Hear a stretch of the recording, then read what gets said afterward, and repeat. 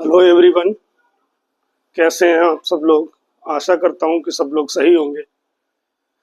जैसे कि हमने बोला था कि बीएनएस की पूरी संपूर्ण क्लास कराएंगे, पूरी बीएनएस कंप्लीट कराएंगे, और उसके क्रम में चलते हुए हमने आज जो पिछली क्लास में हम धारा 2 में परिभाषाओं पर छोड़ दिया था, उससे आगे लगातार जारी रखते हैं।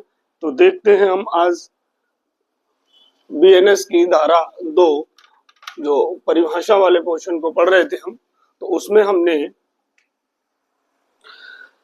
धारा 2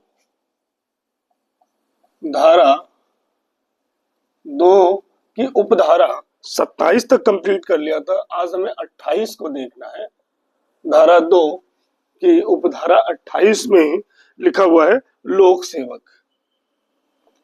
लोक सेवक यानी लोक सेवक कौन है, ये बताता है लोक सेवक कौन है। जिस तरीके से मैं लिख रहा हूँ, चार्ट बना रहा हूँ, उसी तरीके से आप भी डायरेक्ट लेके बैठे और पेंसिल से या पेन से लिखते जाएं।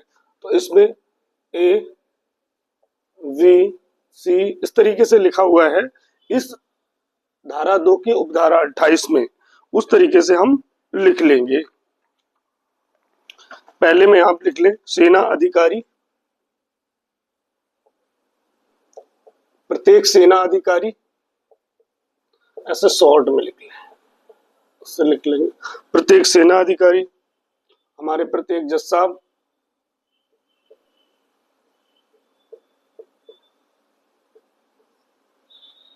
कोर्ट का कोई भी अधिकारी,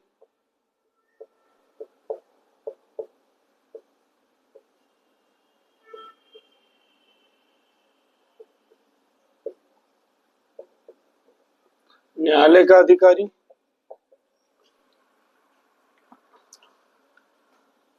न्यायालय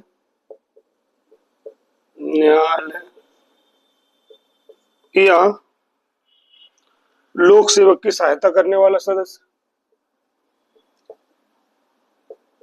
लोक सेवक की सहायता करने वाला सदस्य।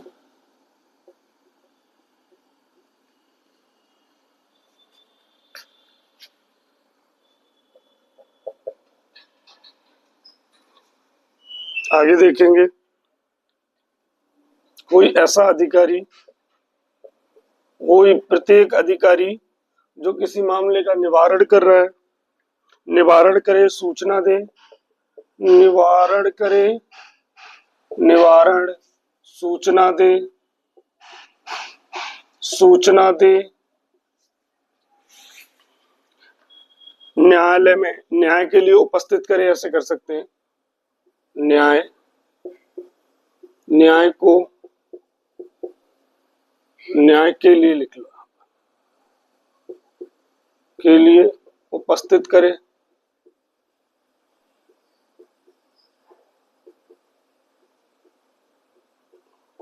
न्यायालय में उपस्थित करे, स्वास्थ्य सुरक्षा सुविधा दे, स्वास्थ्य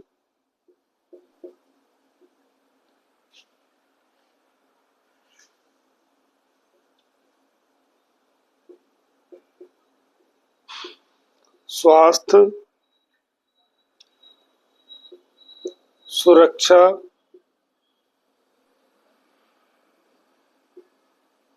सुविधा दे, सुविधा दे।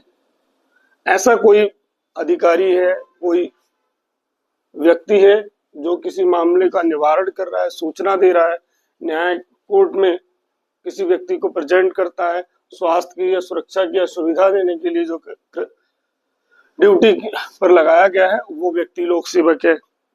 आगे प्रत्येक मध्यस्थ,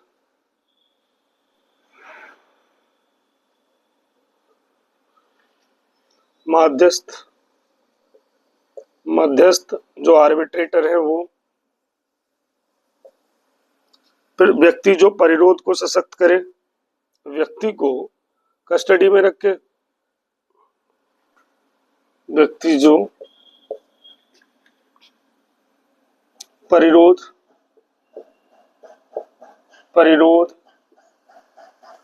को सशक्त करे। इस तरीके से लिख लेंगे आप। अधिकारी, कोई अधिकारी है, कोई भी अधिकारी है, वो क्या कर रहा है, प्रॉपर्टी को, संपत्ति जो है प्रॉपर्टी को ग्रहण कर रहा है, प्रॉपर्टी को ग्रहण करे, उसका व्यय करे, यानी उसको व्यय करे, उसका खर्च करे, सर्वेक्षण करे,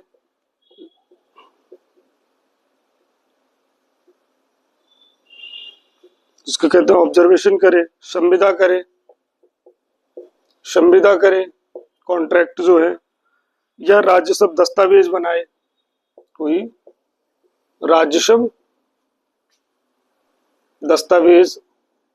दस्तावेज बनाए। ऐसा प्रत्येक अधिकारी जो प्रॉपर्टी को ग्रहण कर रहा है, व्यय कर रहा है, ऑब्जर्वेशन कर रहा है, कॉन्ट्रैक्ट कर रहा है, रेवेन्यू के लिए कोई डॉक्यूमेंट प्रिपेयर कर रहा है, तो वो व्यक्ति भी लोक सेवक है। आगे देखते हैं। कोई जिला में, गांव में कोई दस्तावेज बनाए या प्रमाणित करे, जिला, ग्राम में कोई दस्तावेज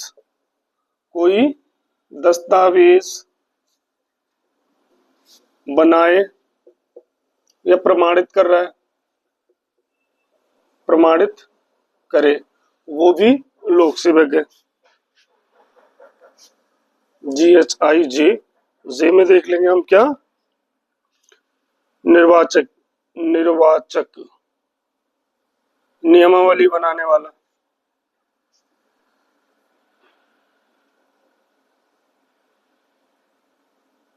एक नियमावली बनाने वाला। यहाँ पर के लिख लेते हैं, और के में एक बात दी हुई है कि सेवा, वेतन, फीस, कमीशन प्राप्त करे। वही सेवा में क्या करे, सेवा, वेतन,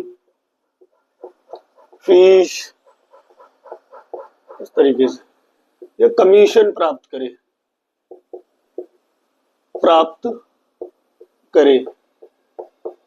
समझ लेते हैं एक बार हम इसको। धारा 2 की उपधारा 28 में लोक सेवक को परिभाषित किया गया है। ये बताता है कि लोक सेवक कौन है लोक सेवक, उसके बारे में बताया कि ये जितने जो लोग हैं वो सभी लोक सेवक हैं।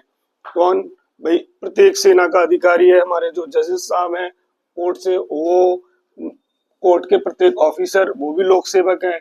न्यायालय यानी कोर्ट में या लोक सेवक की सहायता करने के लिए हेल्प करने वाला कोई मेंबर है, वो भी लोक सेवक है। या कोई ऐसा ऑफिसर है जो किसी मामले का निवारण कर रहा है, सूचना दे रहा है, या न्याय के लिए कोर्ट में प्रेजेंट कर रहा है, वो भी लोक सेवक है। या आर्बिट्रेटर, मध्यस्थ जो है,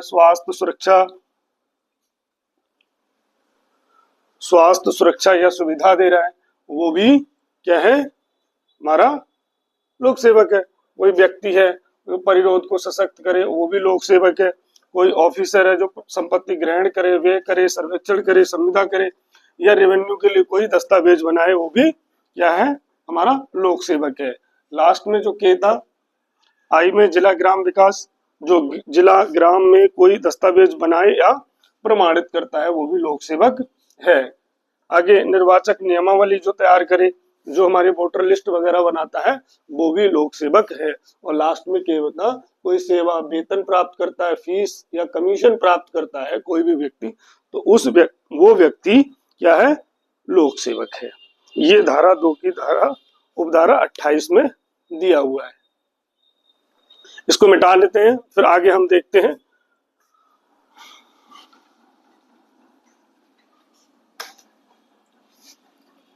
बहुत आसान है, इस तरीके से आप लिखते जाओ, समझते जाओ।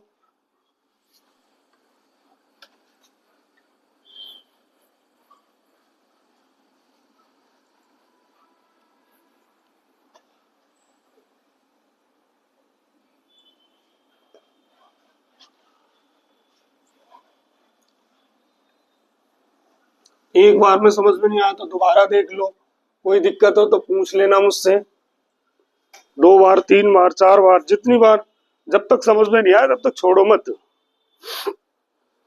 आगे देखते हैं हम, धारा 2 की उपधारा 28 लोक सेवक तक हमारा कंप्लीट हो गया। अब हम उपधारा 29 में देखते हैं, धारा 2 की उपधारा जो 29 है उसमें देखते हैं क्या दिया, विश्वास करने का कारण, विश्वास करने का कारण। ये कहना चाह रहा है कि कोई व्यक्ति है विश्वास करने का कारण रखता है, जब कहा जाएगा जब विश्वास करने के पर्याप्त कारण हो, यानी उस व्यक्ति के विश्वास करने का पर्याप्त, जो क्या होना चाहिए, पर्याप्त कारण होना चाहिए, पर्याप्त कारण। 30 में विशेष विधि, 30 देखेंगे हम तो 30 में विशेष विधि, विशेष विधि वह कही जाती जो एक स्पेसिफिक कोई विषय है, उस विशेष विषय के लिए, कोई स्पेसिफिक विषय है और उस विषय के लिए बनाई गई है। जैसे आपने देखा होगा NDPS एक्ट है या हमारा SC/ST एक्ट है, ये एक विषय के लिए, एक स्पेसिफिक विषय के लिए जो बनाए गए हैं, ये हमारे क्या कहलाएंगे, स्पेशल लॉ कहलाते हैं। 31 देखते हैं हम, 31 में मूल्यवान प्रतिभूति, मूल्यवान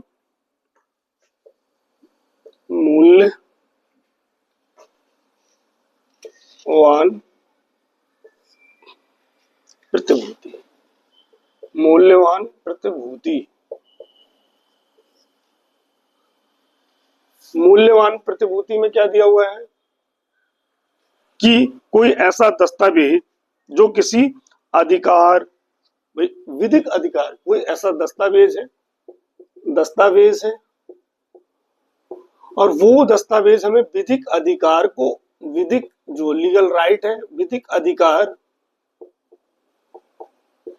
वो उत्पन्न करता हो, समाप्त करता हो, रखता हो कोई कारण को, तो वो मूल्यवान प्रतिभूति कहलाती है। आगे 32 में देखते हैं हम, 32 में मिलेगा आपको जलयान। जलयान मानव या संपत्ति या कोई प्रवाहन करने के लिए, कोई व्यक्ति के लिए, कोई सामान ले जाने के लिए जो जल में चलने के लिए जो बनाया गया है, वो जलयान है, वो जलयान है। आगे 33 में लिखा होगा स्वेच्छा, स्वेच्छा,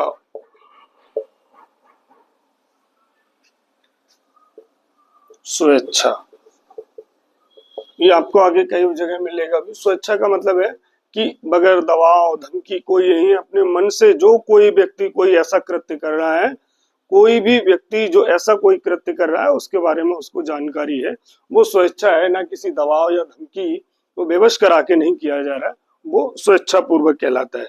इसको लेकर आपने एक इसमें दृष्टांत दे रहे होंगे, दृष्टांत में कहा गया ए नाम का एक व्यक्ति है और लूट को सफल बनाने के लिए, भाई ए नाम का एक व्यक्ति है, लूट को सफल बनाने के लिए किसी शहर में आग लगा लेता है कि अच्छे से लूट हो जाए, और उस आग से कई व्यक्तियों की डेथ हो जाती है, मृत्यु हो जाती है, तो ये नहीं माना जाएगा कि उसका आशय मृत्यु कारित करने का नहीं था, उसने स्वेच्छा पूर्वक आग लगाई थी। उससे ये क्लियर होता है कि उसने जो आग है वो अपनी मर्जी से खुद से लगाई थी, कोई दबाव वगैरह नहीं था। ये दृष्टांत में दिया हुआ है। आगे आपको 34 में वसीयत मिलेगा, वसीयत, वसीयत विल,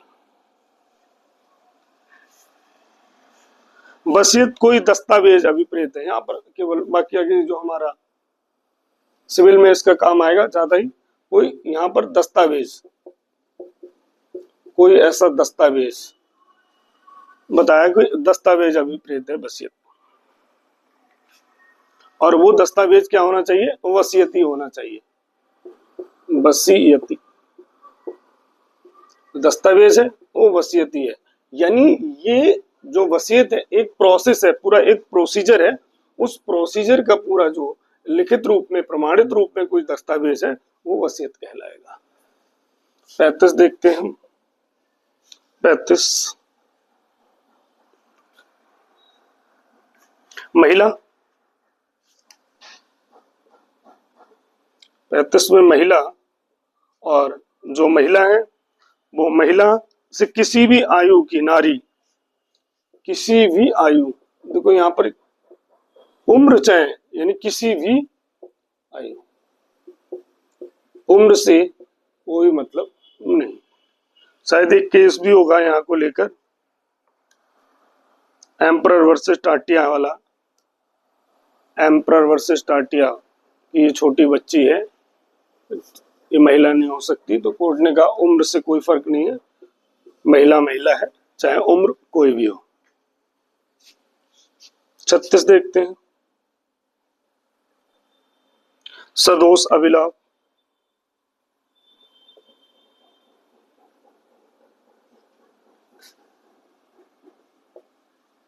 सदोष अविलाप। सदोष अविलाप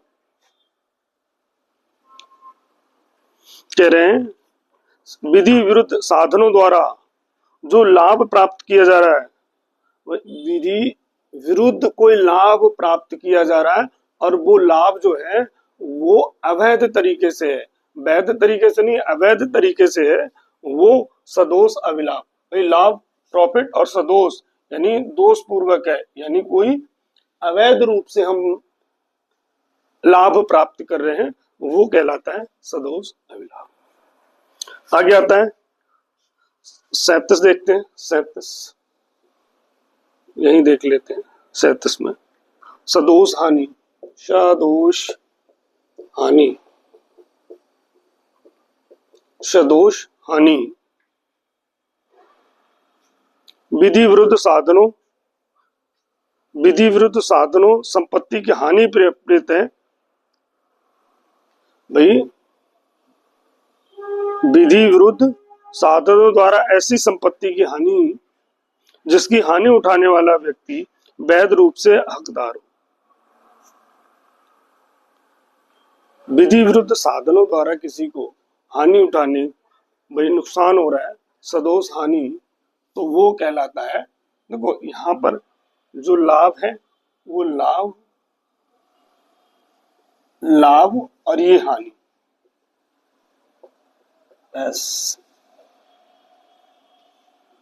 विधि विरुद्ध साधनों द्वारा प्राप्त लाभ वो सदोष अभिलाभ है, और जस्ट इसका उल्टा विधि विरुद्ध साधनों द्वारा जो हानि उठाई जा रही है वो सदोष हानि है। 37, 38 और 39।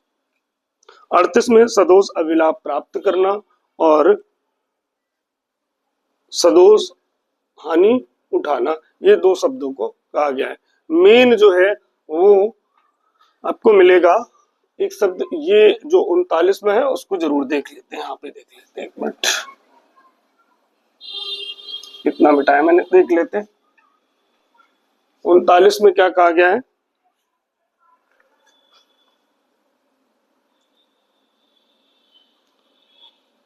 दो की उपधारा 39 में कहा गया है कि भाई कोई शब्द की आवश्यकता है, यानी यहाँ पर जो शब्द परिभाषित किए गए हैं और शब्दों को अगर स्पष्ट रूप से समझना, इनके अलावा कोई शब्द की आवश्यकता होती है, वो आईटी एक्ट 2000 और एक BNSS 2023, भाई BNSS 2023, यहाँ उन शब्दों की जो परिभाषा दी गई है और यहाँ पर परिभाषा दी गई है तो उनका मतलब एक ही समझा जाएगा, यानी उन क्रम में अधिनियम वहां से हमें यहाँ पर किसी शब्द की जरूरत है तो हम इंफॉर्मेशन टेक्नोलॉजी एक्ट या BNSS 2023 यहाँ से उन शब्दों के क्रम में ले सकते हैं। ये धारा 2 की धारा उपधारा 39 में ये बात कही गई थी। तो हम धारा 2 परिभाषाओं वाले पोर्शन को कंप्लीट कर चुके हैं। अब हम देखते हैं आगे धारा 3,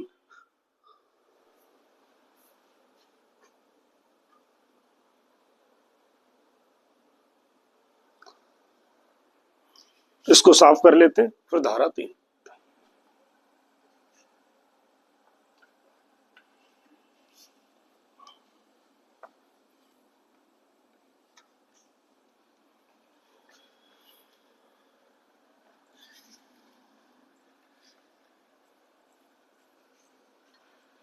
आप लोगों को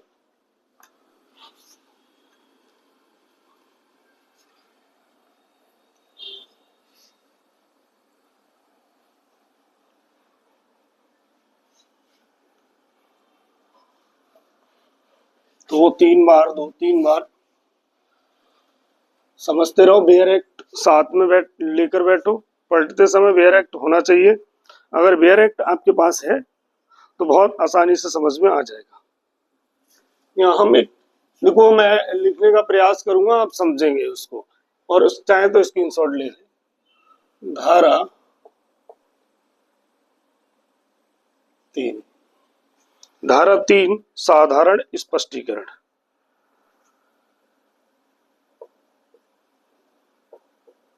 साधारण स्पष्टीकरण।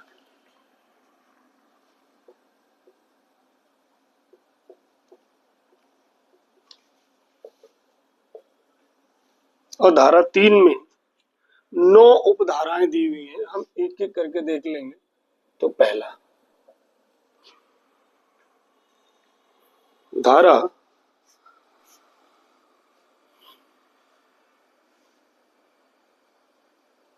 परिभाषाओं का अर्थ अपवादों में भी वह लगाया जाएगा। परिभाषाओं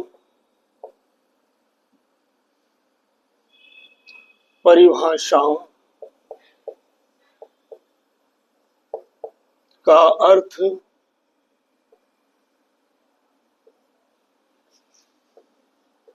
अपवादों में भी वही हो, एक समान होगा, असली एक जैसा ही होगा, चाहे दोहराया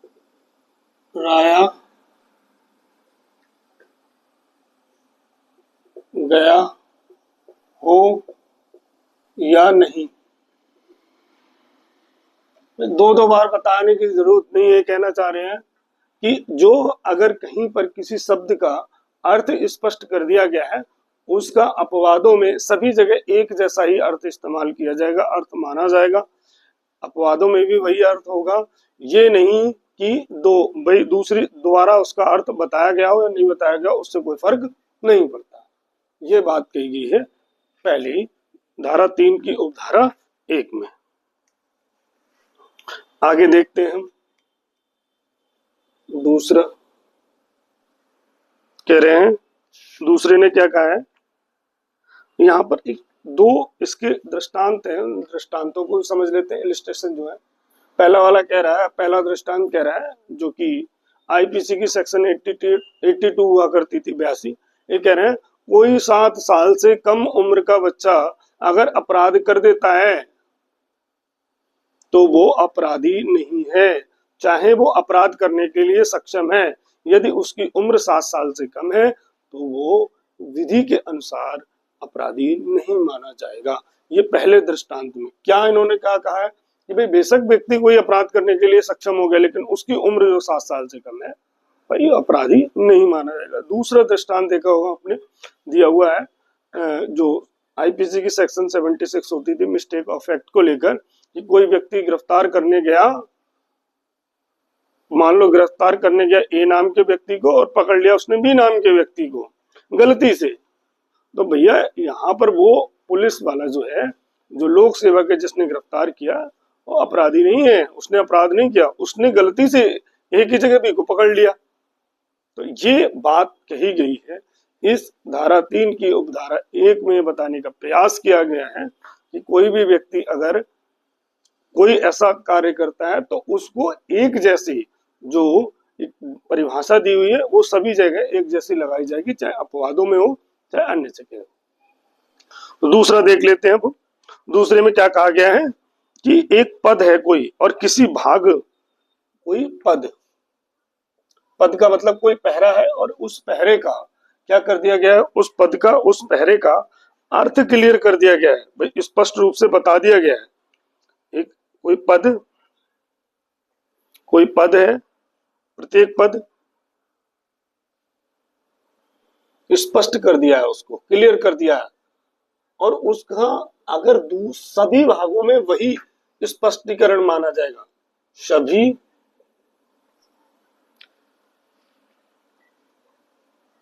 भागों, भाई एक जगह एक पद का एक जगह अर्थ क्लियर कर दिया है तो सभी भागों में वही स्पष्टीकरण, यही स्पष्टीकरण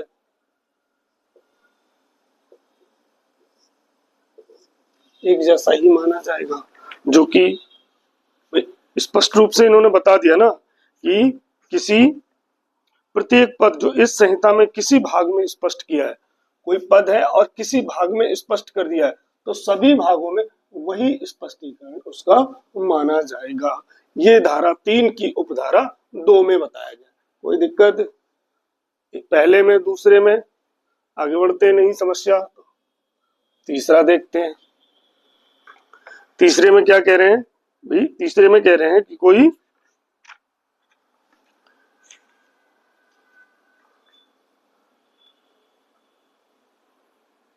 संपत्ति कब्जे में होगी, चाहे कि कोई व्यक्ति के किसी व्यक्ति के कारण, ये कहना चाह रहे हैं कि किसी व्यक्ति के कारण वो उसकी जो संपत्ति है वो उसके पास है या उसकी पत्नी के पास है या उसके नौकर के पास है, वही संपत्ति किसी व्यक्ति के कारण, भाई अब किसके कब्जे में है? चाहे तो उसकी पत्नी के कब्जे में हो, चाहे उसका जो क्लर्क है, सेवक जो है, जो उसका लिपिक, क्लर्क या सेवक इन पे है तो ये मानी जाएगी इन भाई साहब के पास, इन सज्जन के पास ही कब्जे में है, यानी इन भाई साहब के ही कब्जे में है वो संपत्ति।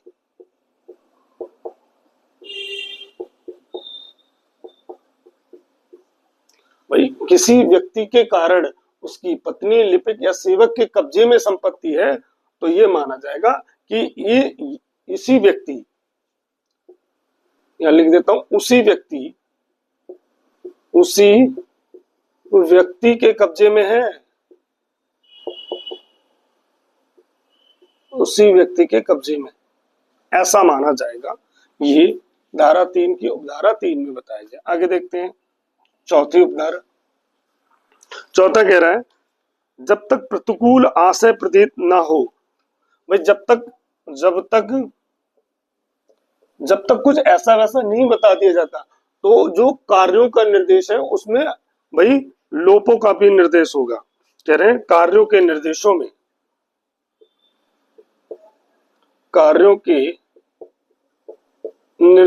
में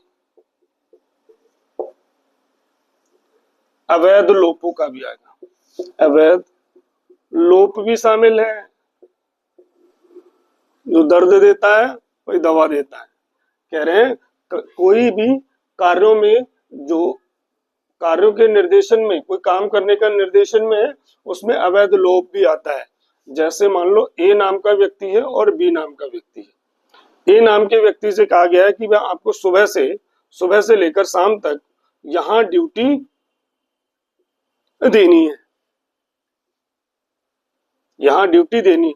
बी से कहा गया है कि इस एरिया में आपको एंटर नहीं करना है। तो अगर एक चीज कहा गया है तो इनका अधिकार क्षेत्र, भाई आपको यहाँ जाना है, यानी एक व्यक्ति को कह दिया कि आपको ये काम करना है, दूसरे को कुछ नहीं बोला है कि आपको यहाँ आदेश एंट्री नहीं है बी को, तो ये अवैध लोप में भी आ जाएगा।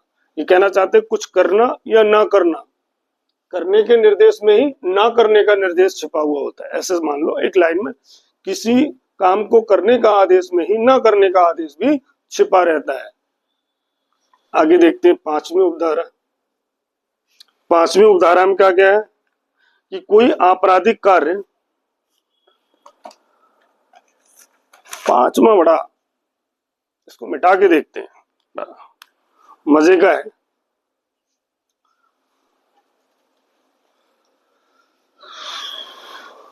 इंपॉर्टेंट है, पांचवी उपधारा इसका बहुत ज्यादा ही महत्वपूर्ण है। 4-5 केस भी हैं इसको लेकर।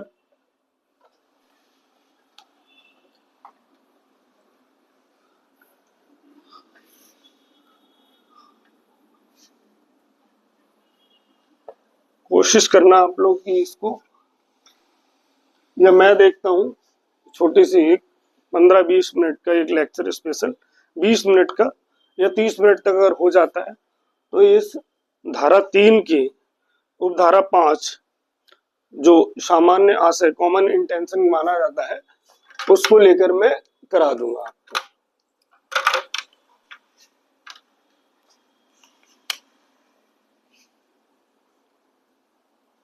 उपधारा 5 और इसको ऐसे हम सामान्य आशय लिख लेते हैं, सामान्य आशय कॉमन इंटेंशन। ऐसे में कोई कार्य कई व्यक्तियों के द्वारा सामान्य आशय यानी उस काम को आगे अग्रसर करने में कई व्यक्तियों का आशय होता है तो ऐसा माना जाएगा भाई ऐसी उनकी उत्तरदायित्व होगा कि ये अकेले एक ही व्यक्ति ने काम किया है।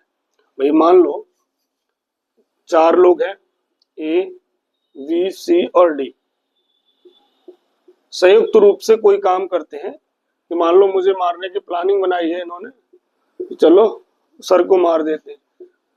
चारों लोगों का किसी ने किसी रूप में किसी ने किसी रूप में इस काम को अग्रसर करने में साथ दिया, तो ये चारों लोगों को ऐसे माना जाएगा कि अकेले तुम नहीं किया। इन चारों लोगों का उत्तरदायित्व है, चारों लोग ऐसे दोषी होंगे जैसे एक व्यक्ति किसी अपराध के लिए होता है। ये धारा 3 की उपधारा 5 में बात कही गई है सामान्य आशय।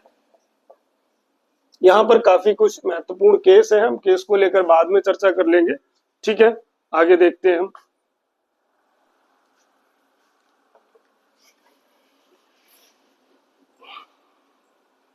इस पे स्पेशल एक वीडियो बना देंगे कॉमन इंटेंशन करके, सामान्य आशय, तब समझ में आ जाएगा। ठीक, देखते हैं। देखो बेयर एक्ट सबके पास होना चाहिए, बेयर एक्ट नहीं है तो फिर मजा नहीं आएगा, याद ही नहीं होगा। आपराधिक ज्ञान या आशय से किया गया कार्य, कोई काम है वो आपराधिक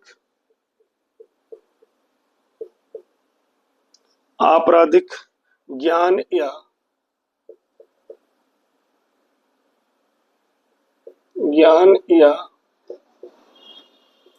आशय से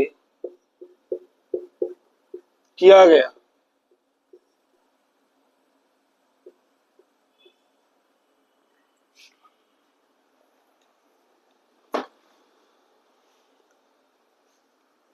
कोई कार्य आपराधिक ज्ञान या आशय के कारण ही आपराधिक ऐसे व्यक्तियों में प्रत्येक व्यक्ति सम्मिलित होते हैं, उसी प्रकार का दायित्व होगा मानो कार्य उसने अकेले ही किया है। भाई कई कार्य जो आपराधिक ज्ञान आशय किए जाने के कारण ही आपराधिक है, और ऐसे में प्रत्येक व्यक्ति, भाई ऐसे में व्यक्तियों में से प्रत्येक व्यक्ति उसमें सम्मिलित होता है। कोई काम है उसमें सम्मिलित होता है, उसे पता है आपराधिक ज्ञान है आशय से ये ऐसा कार्य है और सम्मिलित होता है, तो वो प्रत्येक व्यक्ति उसी प्रकार दायित्व के अधीन होगा मानो वह कार्य ज्ञान आशय उसने अकेले ही रखता था। वो भाई सबको ये पता है कि ये ऐसा काम ऐसा कार्य आपराधिक है और उसको लेकर कहते हैं, इसको कह सकते हैं संयुक्त दायित्व भी कह सकते हैं इसको।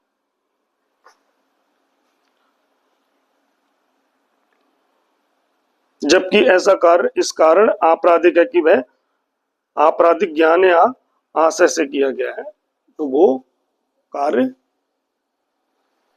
संयुक्त रूप से जो किया है, प्रत्येक व्यक्ति को जैसे अलग अलग है, ये माना जाएगा कि आपकी अकेले ही जिम्मेवारी थी। आगे देखते हैं 7 में। ये देखो, अगर आप लोग लिखना चाहो तो लिख सकते हो यहाँ पर आईपीसी का ये 34,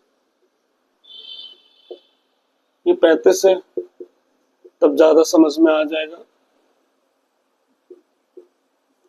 ये 36 देखते हैं।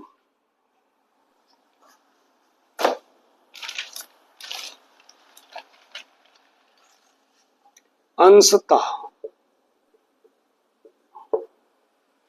कार्य द्वारा, अंशतः कार्य द्वारा या अंशतः लोप द्वारा, अंशतः लोप द्वारा। देखो, अंश का मतलब छोटा, थोड़ा सा, कोई कुछ काम किया है कुछ नहीं किया है, उसको लेकर कह रहे हैं। अंशतः भोजन देने में अवैध रूप से लोप करना, पीट पीट कर साहस से मृत्यु कारित करना, एक हत्या की। कह रहे हैं कि भाई बोले हमने थोड़ा सा कोई ऐसा काम किया जिससे कि अपराध होता है। अब उसमें किसी व्यक्ति ने कुछ ही काम किया, कुछ ने ज्यादा, कहते हिस्सेदारी, अंशता। अंश का मतलब कोई कोई उसका हिस्सा है, चाहे थोड़ा है चाहे ज्यादा है। ऐसे ही उसका जो कार्य करना है, देखो कार्य करने की बात है या लोभ की बात है, ऐसा किया जाता है तो उन्होंने वो कार्य, उसका जिस काम से उसका परिणाम निकलता है अपराध है, तो दोनों की बराबर जिम्मेदारी है। ऐसा नहीं है कि मैंने थोड़ा किया तुमने ज्यादा किया, ऐसा कोई लेना देना नहीं है। आगे देखते हैं हम 8वां, कुछ सहयोग करना। इसको एक ही लाइन से समझ में आ जाता है हमारा। कुछ, किसी अपराध को गठित करने में, किसी अपराध को गठित करने में, गठित करने में कई कार्यों में से, कई कार्यों में से, कई कार्यों में से किसी एक कार्य, किसी एक कार्य को करके सहयोग करना, सहयोग करना। अब यहां पर बात आई कई काम। देखो यहां पर कह रहे हैं कि गठित करने में कई काम है, A B C D E, मान लो 5 काम है। बाइक लानी है, चलना है, चाकू खरीदना है, तैयार होना है, नहाना है, ये सारी पूरी एक पूरा ऐसे मान लेते हैं कई छोटा छोटी चीजों से, कई फैक्टों को मिलाकर एक पूरी कहानी सेट होती है। तो उसमें किसी एक को किया है, उस एक में सहयोग कर दिया, तब भी भैया आपकी पूरी जिम्मेदारी है, आप पूर्ण तरीके से एक अपराध के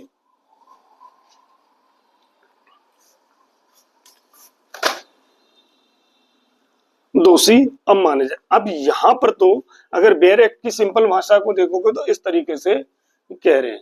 अब इसमें जो इलिस्ट्रेशन है, जो दृष्टांत दिए हुए हैं, उन दृष्टांत को हम देखेंगे तो दृष्टांत में हम समझेंगे 2 दृष्टांत, पहला और दूसरा, दोनों को आप अपने बेयर एक्ट में देखिए। दोनों दृष्टांतों में एक कहा गया, एक व्यक्ति है और वो कुछ समय तक, एक जेलर है, एक कुछ समय तक एक व्यक्ति को खाना नहीं देता है, और दूसरा उनसे उस दोनों में देखो जानकारी है कि इसको खाना मत दो मर जाएगा, और दूसरा व्यक्ति वो क्या करता है, दूसरा जेलर आता है, वो भी उसको खाना नहीं देता है। तो क्या है, उन्होंने क्या किया, एक ने हत्या की है, एक ने हत्या का प्रयत्न किया है। भाई संयुक्त रूप से अगर करते हैं, जानबूझकर सहयोग करते हैं, तो दोनों हत्या के दोषी होंगे। भाई मैं हूं,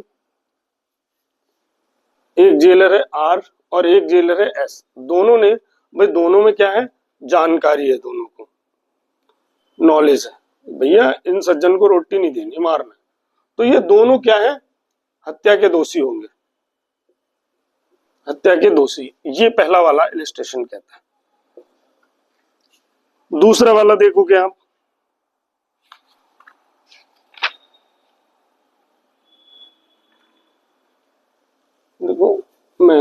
सॉरी तीसरे को दूसरा बोल दिया है, कोई नहीं, ये दूसरा वाला है, तीसरा वाला देख लेते हैं, पहले वाला तो आराम से समझ में। अब यहाँ पर अलग अलग कार्य किंतु उनकी सहमति नहीं है।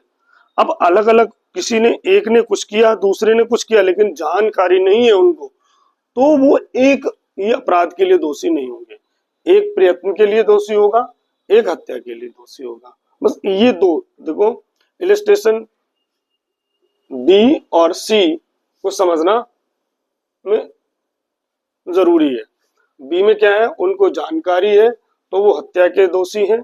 आर और एस दोनों को जानकारी नहीं है अलग अलग समय में, तो एक हत्या का प्रयत्न करता है, एक हत्या करता है। दोनों का अलग अलग, अगर दोनों जानकारी है तो ठीक है, जानकारी नहीं है तो अलग अलग है। क्लियर हो गया ये? आगे बढ़ते हैं हम लास्ट इसका।